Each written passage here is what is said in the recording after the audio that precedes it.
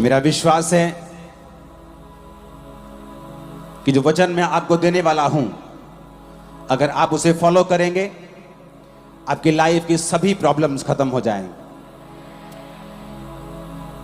हर एक शारीरिक चीज का हल आत्मिक चीजों में है, क्योंकि एक्चुअल में आप आत्मा हो। ये शरीर आपको किराए के घर के रूप में मिला है। किसी को ये 70 साल के लिए मिला है, किसी को 100 साल के लिए, किसी को 50 के लिए, तो किसी को 120 के लिए। और एंड में सबने अपने किराए के घर को छोड़ के अपने असली घर में जाना है।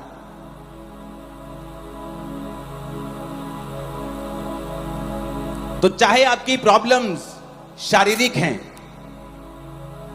लेकिन उनका हल हमेशा आत्मिक रीति से ही होता है।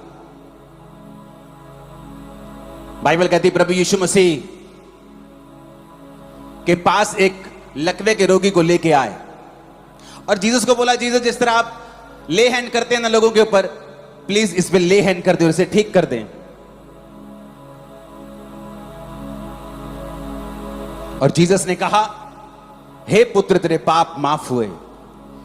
कहते परमेश्वर नहीं, हम पाप माफ नहीं करवाना चाहते, हम चाहते हैं ये चंगा हो जाए और चलने लगे। और जीसस ने कहा, हे पुत्र तेरे पाप माफ हुए।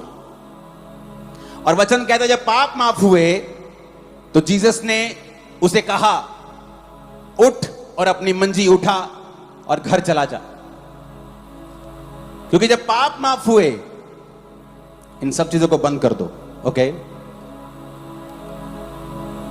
तो शरीर भी चंगा हो गया। इसका मतलब आपकी लाइफ की प्रॉब्लम जो भी है उसका सॉल्यूशन आत्मिक होगा, आत्मिक तरीके से आपकी लाइफ में आएगा।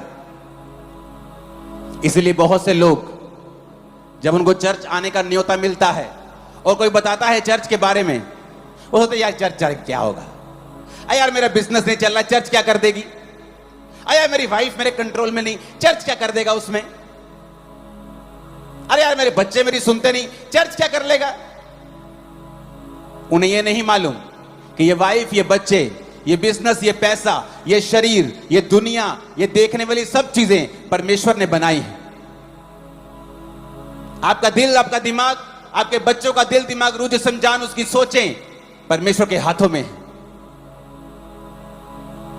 तो जब आज आपको आत्मिक सॉल्यूशन मिलने वाला है, मेरा विश्वास है आप उसे फॉलो करेंगे।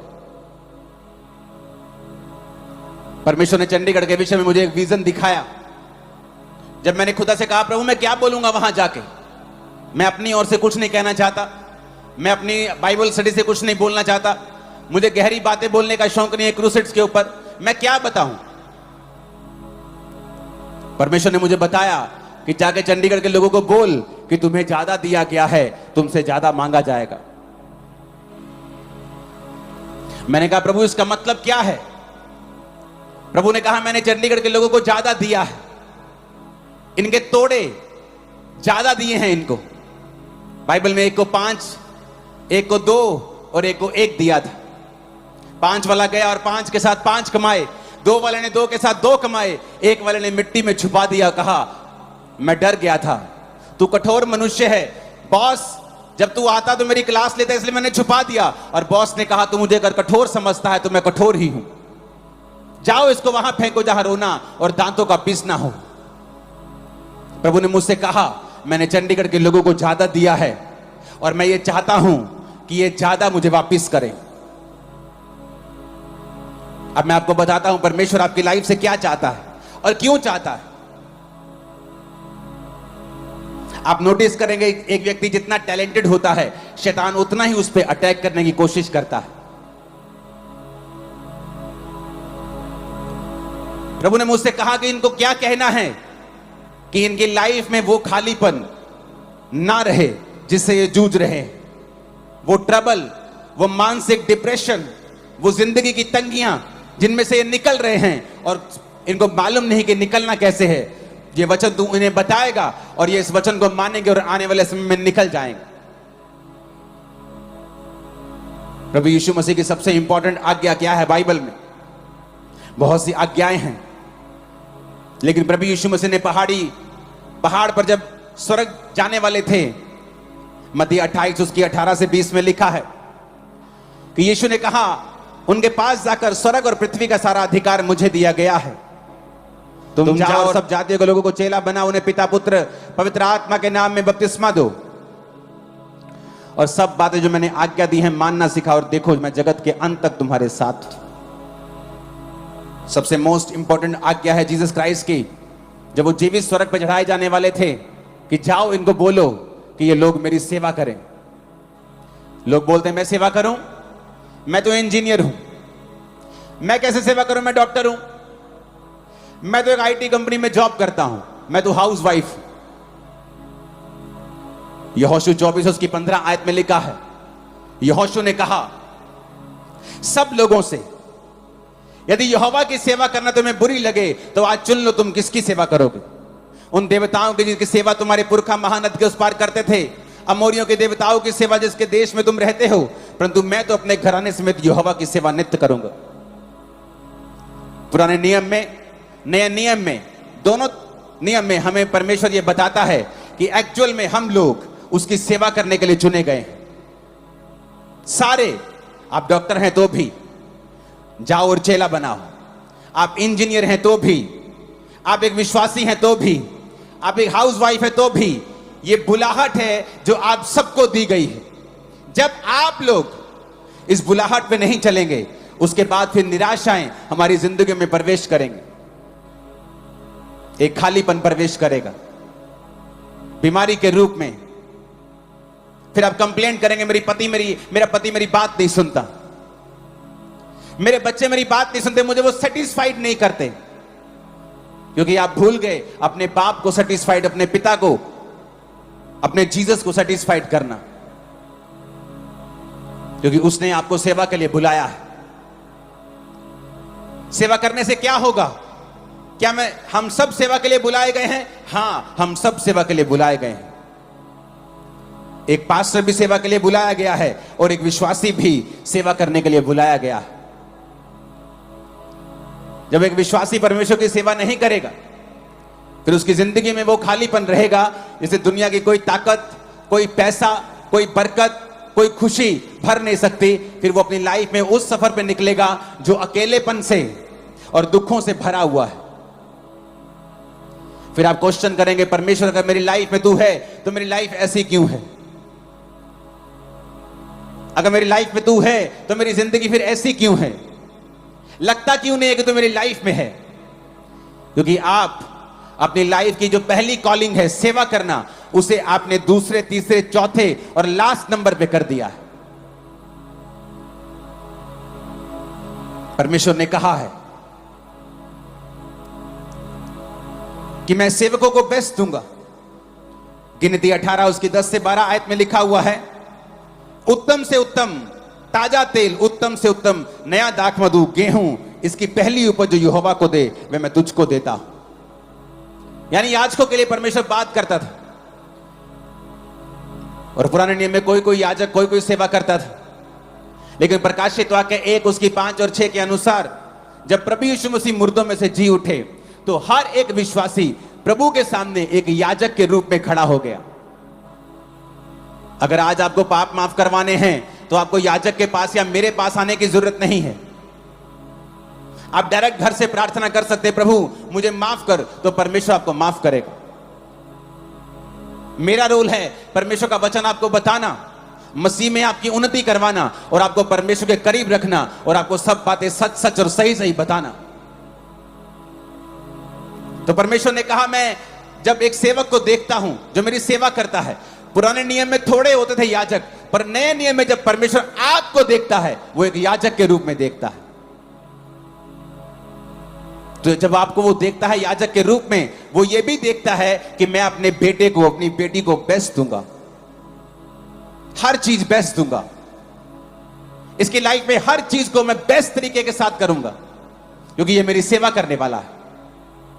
वचन में लिखा है यूहन्ना 12 उसकी 26 आयत में, यदि कोई मेरी सेवा करे तो मेरे पीछे हो ले, जहां मैं हूं वहां मेरा सेवक होगा, जीसस ने कहा यदि कोई मेरी सेवा करे मेरा पिता उसका आदर करेगा। यीशु ने कहा अगर कोई मेरी सेवा करेगा, जो कोई जीसस की सेवा करेगा, पिता उसका आदर करेगा। आज पत्नी ढूंढती है आदर, मेरे मेरे इन लॉ फैमिली मेरा आदर नहीं करते, मेरे पेके मेरे हस्बैंड का आदर नहीं करते, हमारे लोग हमारा आदर नहीं करते, मेरे बच्चे मेरा आदर नहीं करते। जब आदर आपको ऊपर से ना दिया जाए तो आपके पास नहीं आ सकता। जब ऊपर ही ब्लॉक कर दिया जाए तो धरती पर आप कुछ नहीं पा सकते। तो यीशु ने कहा अगर कोई मेरी सेवा करेगा मेरा पिता उसका आदर करेगा। वो अपने घर में आदर पाएगा, अपने बच्चों में आदर पाएगा, अपने कलीसिया में आदर पाएगा, अपने काम वाली जगह के ऊपर जहां वो काम करता है वहां वो आदर पाएगा। ये मेरा फेवर होगा, ये रिजल्ट होगा, ये आउटकम होगा इस चीज का कि ये व्यक्ति मेरी सेवा करता है। कैसे सेवा करते हैं आप परमेश्वर की? अपनी लाइफ से, पापों से मन फिरा के, अपना जीवन पवित्रताई में बिता के आप उसकी सेवा करते हैं। अपनी चर्च में आप सेवा करते हैं परमेश्वर की, अपनी जिंदगी से सेवा करते हैं।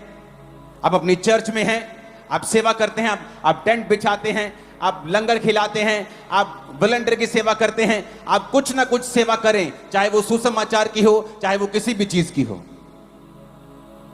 एक विश्वासी अगर चर्च में बिना सेवा के है, वो अपनी पोजीशन को पहचान नहीं पा रहा है और पीछे है वो।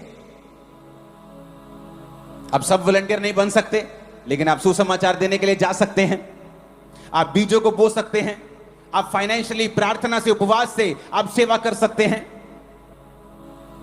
अपने टैलेंट से, अपने वरदान से, आप सीए हैं, आप इंजीनियर हैं, आपकी चर्च को, आपके लोगों को आपकी जरूरत है, आप उससे अपनी सेवा कर सकते हैं। अपनी लाइफ से सेवा कर सकते हैं, चर्च में सेवा कर सकते हैं, अपने समय को दे सकते हैं। आज भी आप समय निकालकर यहां पर आए हैं, अपने टैलेंट से आप खुदा की सेवा कर सकते हैं। और वैसा ही आप अपने बच्चों को चलाएं। आज यहूदी पूरी दुनिया में कामयाब बिजनेसमैन क्यों हैं? पावरफुल क्यों हैं? अमेरिका का सारा मीडिया यहूदियों के पास क्यों है? जब बच्चा छोटा होता है तभी से टाइट देना सिखाते हैं, प्रार्थना करना सिखाते हैं, यहोवा को प्रथम स्थान देना सिखाते हैं, और इसीलिए वो दुनिया में प्रथम रहते हैं।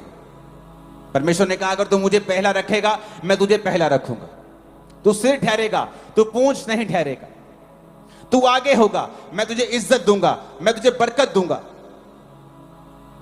भजन संहिता 91 उसकी 11 और 12 आयत में लिखा है। लेकिन उससे पहले मैं चाहता हूं हम एक आयत को पढ़ें।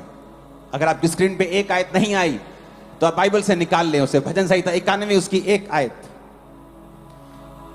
He that dwelleth in the secret place of the Most High, जो सर्वशक्तिमान के छाए हुए, जो परम प्रधान के छाए हुए स्थान में बैठा रहे, वो सर्वशक्तिमान की छाया में ठिकाना पाएगा। लोग बोलते मैं सेवा क्यों करूं? कहता shall abide under the shadow of the Almighty। Shadow का मतलब है तसेल, इब्रानी भाषा का 6738वां शब्द। तसेल, डिफेंस। कहता अगर तू मेरे छाए हुए स्थान में बैठा होगा। क्या है परमेश्वर का छाया हुआ स्थान? He that dwelleth मतलब यशब, इब्रानी भाषा में यशब, यानी वो कुर्सी जो खुदा ने तुम्हें दी। कौन सी? एक विश्वासी होने की। मैं एक विश्वासी हूं, ये परमेश्वर ने मुझे ये कुर्सी दी है। यानी मुझे उस कुर्सी पे, जैसे एक एसएसपी साहब को कुर्सी मिलती है, उनका रिएक्शन, उनका काम उस कुर्सी के मुताबिक होता है। तो लिखा ही दैट ड्वेलेथ, इब्रानी भाषा का 3427वां शब्द यशब, जो परम प्रधान के छाए हुए स्थान में बैठा रहे, यशब करे, जिसका मतलब है कि वो कुर्सी को संभाल के रखे। To sit down. कहता वो सर्वशक्तिमान की छाया में ठिकाना पाएगा। तसेल, छाया का मतलब है तस्सेल। इसको पूरा दिखेगा। हाँ, इसका मतलब क्या? एक कुर्सी आपको मिली एक विश्वासी होने की, क्या आप उस कुर्सी के मुताबिक काम कर रहे हैं? एक विश्वासी होने के नाते आपको चर्च के दर्शनों में साथ देना है, क्या आप दे रहे हैं? एक विश्वासी होने के नाते आपको अपने पास्टर्स के लिए, अपने लीडर्स के लिए प्रार्थनाएं और उपवास करने हैं, क्या आप कर रहे हैं? एक विश्वासी होने के नाते आप अपने चर्च में संडे, थर्सडे, वीकडेज में होने चाहिए, जब वो बुलाते हैं वहां सेवा करने के लिए, क्या आप ऐसा कर रहे हैं? फिर आप बोल सकते हैं कि हां, मैं सर्वशक्तिमान की छाया में बैठा हूं, जो परम प्रधान के छाए हुए स्थान में बैठा रहेगा। यह शब्द टू सिट डाउन। अगर आप चर्च में सेवा नहीं करते, आप उसके छाए स्थान में नहीं हैं। आप एक जीवित चर्च का हिस्सा नहीं है, तो आप उसके छाए स्थान में नहीं हैं। क्यों? क्योंकि वही आपको ड्यूटीज देंगे, वही आपको काम देंगे, वो बताएंगे आपको क्या करना है, किस तरह से रूहों को बचाना है। हालेलुया।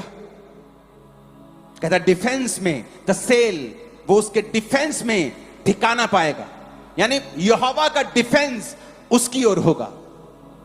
जो सेवा करेंगे उनके ऊपर डिवाइन प्रोटेक्शन रहेगी, प्रोटेक्शन रहेगी, उनके ऊपर एक सुरक्षा रहेगी, क्योंकि परमेश्वर ने कहा है अगर तू मेरी सेवा करेगा तो मैं तुझे डिफेंस दूंगा।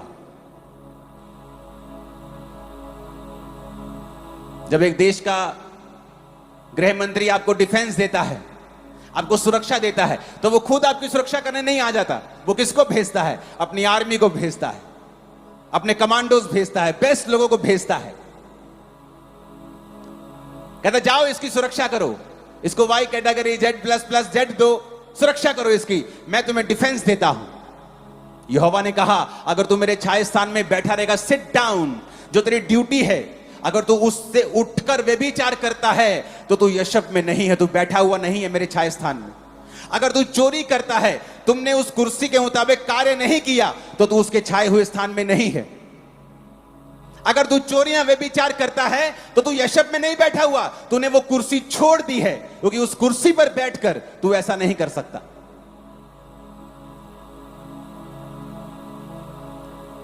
एक ऑफिसर संविधान के साथ बंधा हुआ, जब वो कुर्सी पे बैठा है संविधान से बंधा हुआ है।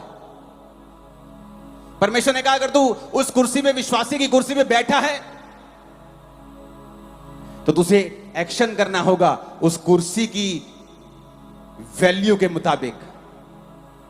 तू गुंडागर्दी नहीं कर सकता, तू मार कुटाई नहीं कर सकता, तू अन्य सारी जगहों के ऊपर तू नहीं घूम सकता। तो तुझे कुर्सी दी गई है, क्यों? कहता जो छाए स्थान में बैठा रहेगा, यहोवा अपना डिफेंस भेजेगा।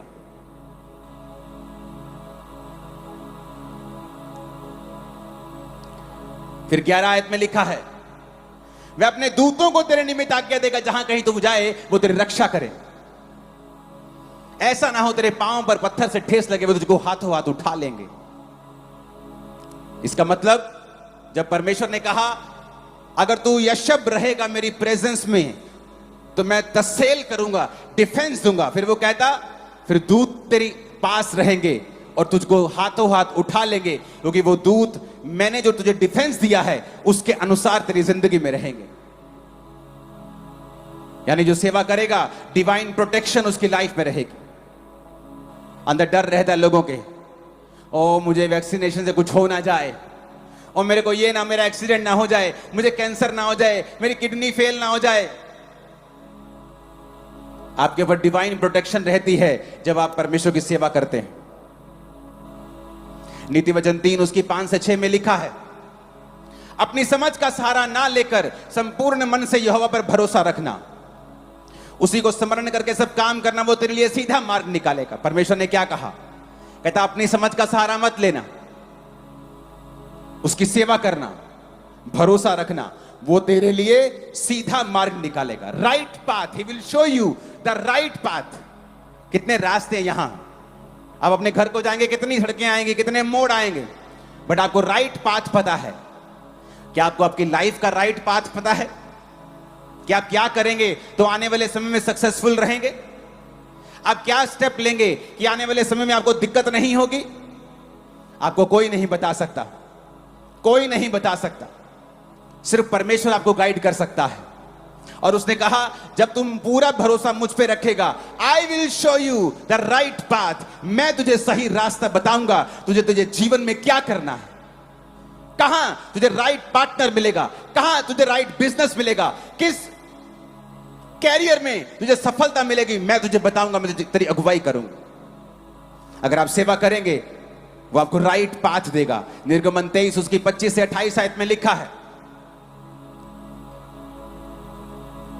यदि तू अपने परमेश्वर यहोवा की उपासना करे, इंग्लिश में ज्यादा अच्छा लिखा है, एंड ये शैल serve the Lord your God, अगर तुम सर्व करेगा, सेवा करेगा, तो वह तेरे अन्न जल पर आशीष देगा। ही शैल bless Dai bread and thy water, I will take sickness away from the mist of thee, कहता मैं तुम्हारे बीच से रोग दूर कर दूंगा अगर तुम मेरी सेवा करेगा। आज से 10-15 साल पहले की बात होगी, आई थिंक 2009 की शायद ये 10 की बात होगी। मैं अपनी चर्च के बाहर सेवा कर रहा था, तो एक व्यक्ति को उठाकर लेके आए, वो पागल था, पागल जैसी हरकतें कर रहा था। उसकी मां आई और बोली इसके पिताजी को अटैक हुआ। सेम ऐसे ही करते थे, 7 दिन हॉस्पिटल में रहे, मर गए। जब उनकी चिता को ये आग लगा रहा था, अब आग लगा के जब वापिस आए क्रियाक्रम के बाद, तो सेम अटैक मेरे बेटे पे होने लगे। आप इस पे प्रार्थना कर दीजिए। मैं आत्मा में था और मैंने उससे कहा, मैंने कहा जा अपने बेटे को और तू सब लोग जाओ, मिट्टी की सेवा चर्च में चल रही, मैंने कहा जाओ मिट्टी की सेवा करो। मैंने ले हैंड भी नहीं किया, मैंने कहा जाओ वहां पे सेवा करो। और वो सेवा करने लगे, और सेवा करने के दौरान परमेश्वर की आत्मा ने छुआ और पूरा पागलपन गया। आज तक वो लड़का जीवित है, बड़ा हो गया बहुत। पहले जवान था, अब तो और जवान हो गया होगा, 20 साल के करीब था, अब तो 35-40 साल का हो गया होगा वो। उसने कहा अगर तू सर्व करेगा, यदि तू अपने परमेश्वर यहोवा, you shall serve the Lord, अगर तू सर्व करेगा, I will take sickness away, मैं तेरे अन्न जल पर आशीष दूंगा, मैं सिकनेस को तेरे बीच से दूर कर दूंगा। बहुत से विश्वासी रोते हैं प्रभु के सामने, प्रभु मैं बीमार क्यों हूं? क्योंकि तुम सेवा नहीं कर रहे हो। तुम्हें लगता है तुम विश्वासी हो, तुम चर्च जाते हो, यही एहसान है चर्च के ऊपर, पादरी दे यही एहसान है चर्च जाने, यही आ गए हैं चर्च। ये तो पहला स्टेप है। सेकंड स्टेप है उस चर्च में जाओ, फिर काम ढूंढो, प्रार्थना से, उपवास से, टाइट से, हर चीज से, टैलेंट से, काम से, सुसमाचार देने से, हर तरह से सेवा करो। मैंने अपनी लाइफ में पर्सनल एक्सपीरियंस किया है। जो लोग सेवा में होते हैं उनके काम दूसरे लोगों के मुकाबले जल्दी होते हैं, उनकी हीलिंग जल्दी होती। वो भी मुसीबत में फंसते हैं, धर्मी फंसता है लेकिन जल्दी निकल जाते हैं। जीसस ने सेवा की, ऐसी सेवा आज तक किसी ने नहीं की। जब क्रूस पे थे तो जल्दी मर गए। पिलातुस हैरान, कहता मर गए? कहता जीसस इतनी जल्दी कैसे मर गए? कहता मर गए। कहता नहीं वो चेक करके आओ। तो चेक करने के दौरान फिर उसकी पसली में नेजा मारा गया था, क्योंकि जब क्रूस पे लटकाया जाता था तो 2-2, 3-3 दिन लोग लटके रहते थे, उनकी जान निकलती नहीं थी। वो जान जल्दी निकल गई, जल्दी खत्म हो गया काम, क्योंकि वो उसकी सेवा करते थे। वो दुख जल्दी निपट गया, वो जल्दी खत्म हो गया। अपने पड़ोसी को जोर से बोलो सेवा कर। आमीन। आगे पढ़ेंगे इस आयत को। तेरे देश में ना किसी का गर्भ गिरेगा, ना कोई बांझ होगी, और तेरी आयु में पूरी करूंगा।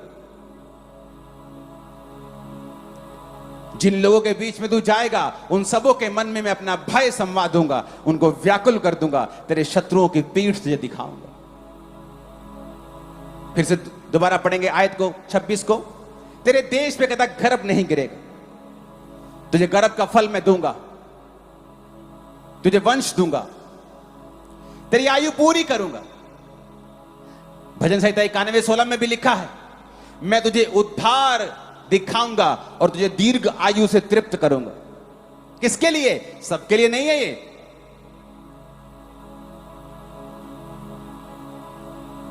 अपने पड़ोसी को बोलो वचन सबके, ये वचन सबके लिए नहीं था, उसी के लिए है जो उसकी हजूरी में बैठा है, जिसने अपनी विश्वासी होने की कुर्सी को छोड़ा नहीं है।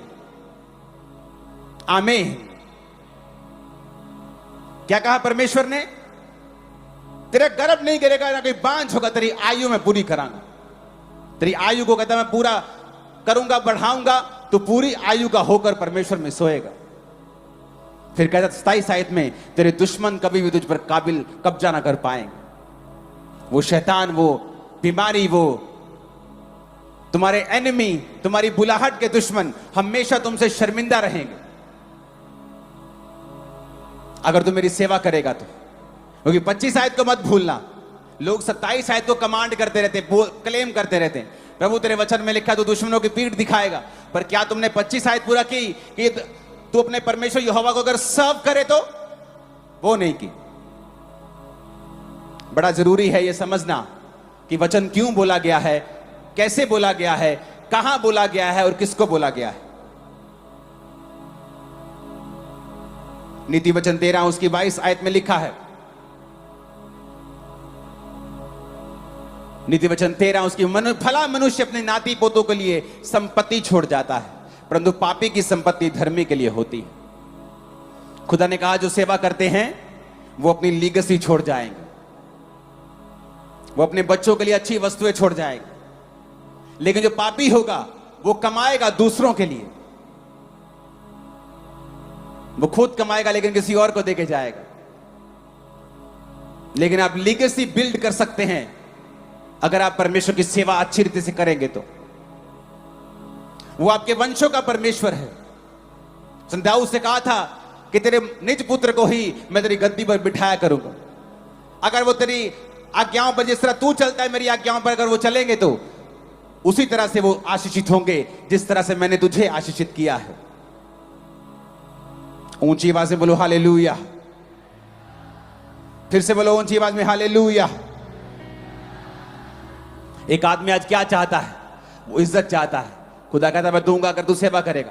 क्या चाहता है? लंबी उम्र चाहता है। परमेश्वर ने कहा मैं दूंगा अगर तू मेरी सेवा करेगा। क्या चाहता है? घर आशीषित हो।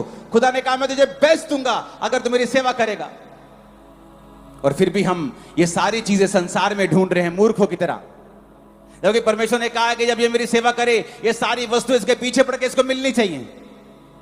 लेकिन हम इसे संसार में ढूंढ रहे हैं और निराशा के बाद निराशा हमारे जीवन में आ रही है, क्योंकि परमेश्वर ने हमें इन्हें ढूंढने के लिए नहीं बनाया। उसने कहा मेरे धर्म और राज्य की खोज कर, दुनिया के सब वस्तु के पीछे पड़कर तुझे मिल जाएंगे। ऊंची आवाज में बोलो हालेलुया। आपको सिस्टम चेंज करना होगा, आपको सिस्टम बनाना होगा। आप, आपके बच्चे, आपकी वाइफ, माता पिता सब परमेश्वर की सेवकाई में हो, किसी भी तरह से कर रहे हो, प्रार्थना के जरिए, अपने पास्टर के लिए उपवास रखने के जरिए। जीसस के पास कुछ औरतें होती थी जो अपनी संपत्ति से उसकी सेवा करती थी। चेले होते थे जो उसके दर्शन को आगे लेके जाते थे। आप किस तरह से यीशु की सेवा करेंगी उससे पूछें और चुप ना बैठें, क्योंकि सेवा के बदले में उसने आपको बहुत सारी आशीषों का वायदा किया है। आपके दुश्मन के ऊपर फतह का वायदा किया है, अन्न जल पर आशीष का वायदा किया है, डिवाइन प्रोटेक्शन का वायदा किया है, आपकी लीगेसी चलती रहेगी वायदा किया है, लॉन्ग लाइफ का वायदा किया है, ऑनर का, इज्जत का वायदा किया है। फिलिप्पियों 4 उसकी 16 से 19 आयत में लिखा है, इसी प्रकार जब मैं थिस्सलुनीके में था तुमने मेरी घटी पूरे करने के लिए एक बार नहीं 2 बार कुछ भेजा था। ये नहीं मैं दान चाहता हूं, परंतु ऐसा फल चाहता हूं जो तुम्हारे लाभ के लिए बढ़ता जाए। मेरे पास सब कुछ है वरन बहुत आयत से है। जो वस्तुएं तुमने इपफ्रुदीतुस के हाथ से भेजी हैं उन्हें पाकर मैं तृप्त हो गया। मैं तो सुखदायक सुगंध ग्रहण करने जो के बलिदान है जो प्रभु को भाता है। मेरा परमेश्वर भी अब उस धन के अनुसार जो महिमा सहित मसीह यीशु में है तुम्हारी हर घटी को पूरा करेगा। उसने उन लोगों को बोला तुम्हारी हर घटी महिमा सहित पूरी होगी, तुम्हारी बेइज्जती नहीं होगी। तुम रिश्तेदार के पास जाते हो, बोलते मेरी बेटी की शादी 2 लाख कम हो रहे हैं, अगर बहुत अच्छा भी होगा वो दे देता, तुम्हारी बेइज्जती भी करता है साथ। तू पहले सुते ही तू पहले ध्यान क्यों नहीं रखा, जोड़े क्यों नहीं पहे? आप कैसे उधार मांगते, आपकी बेइज्जती करता है। परमेश्वर ने कहा अगर तू मेरी सेवा करेगा, किन लोगों को बोला? कलीसिया, उस कलीसिया को बोला जिन्होंने पौलुस की मिशनरी कामों के लिए फाइनेंशियल हेल्प की थी। पौलुस कहता मेरा परमेश्वर उस महिमा के अनुसार तुम्हारी हर घटी को मसीह यीशु में पूरा करेगा, तुम्हारी बेइज्जती नहीं होने देगा, तुम्हारी घटी भी पूरी होगी लेकिन महिमा सहित होगी, तुम्हारी इज्जत भी होगी और घटी भी पूरी होगी। ऐसा वचन उन लोगों के लिए है जो परमेश्वर की सेवा करना चाहते हैं, जो कर रहे हैं या आगे जो करेंगे। हर विश्वासी से क्लेम नहीं कर सकता जिसका सेवकाई में कोई हाथ नहीं है, जिसको यह मतलब है कि आज सरमन बड़ा अच्छा था, आज सरमन इतना अच्छा नहीं था, आज हीलिंग प्रेयर बड़ी पावरफुल थी, आज फलानी प्रेयर बड़ी पावरफुल थी।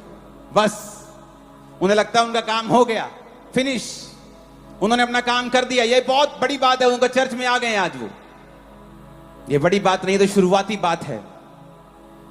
आप सेवा के लिए पैदा हुए हैं, सेवा के लिए सृजे गए हैं, सेवा ही आपका एकमात्र काम है। आप डॉक्टर हैं, जाइए सेवा कीजिए। कई बार मेडिकल साइंस काम नहीं करती, क्यों? क्योंकि परमेश्वर को काम करना होता है। क्या आप अपने पेशेंट्स को बताते हैं यीशु मसीह के बारे में? जहां आप काम करते हैं, क्या वहां सुसमाचार प्रचार करते हैं? क्या मोहल्ले वालों को मालूम है आप क्रिश्चियन हैं? आपका क्या बॉस जानता है आप क्रिश्चियन हैं? क्या आप अपने कैरेक्टर से उसकी सेवा कर रहे हैं? क्या आपके ऑफिस में 10-10 बॉयफ्रेंड और गर्लफ्रेंड्स है कि आपके कैरेक्टर से आप उसकी सेवा नहीं कर रहे हैं, आप उसके नाम को कलंकित कर रहे हैं? अगर आप उसके नाम को ऊंचा करेंगे वो आपको ऊंचा करेगा, आप उसके नाम को नीचा करेंगे वो आपको नीचा करेगा। चंडीगढ़ के लोगों को ज्यादा दिया गया है, आप 5 तोड़े वाले क्रिश्चियन हैं, टैलेंट भी ज्यादा है आपके पास, सोर्सेस भी ज्यादा हैं आपके पास, दूसरों से ज्यादा है, तो याद रखिए आपके पास ज्यादा है, आपसे ज्यादा मांगा भी जाएगा। प्रभु आपसे हिसाब भी लेगा कि मैंने तुझे ज्यादा दिया है दूसरों से, मैं तुझसे हिसाब भी लूंगा दूसरों से ज्यादा। घबराए मत, आपके पास ज्यादा है, आनंदित हो क्योंकि आप सेवा के लिए इस्तेमाल होने वाले हैं। आप में से बहुत से लोग सेवा में जाएंगे, बहुत से पास्टर्स की सेवकाइयां पढ़ेंगी, यूथ सेवा करेगा। आमीन, ऊंचाई आशीष हमारी है चर्च।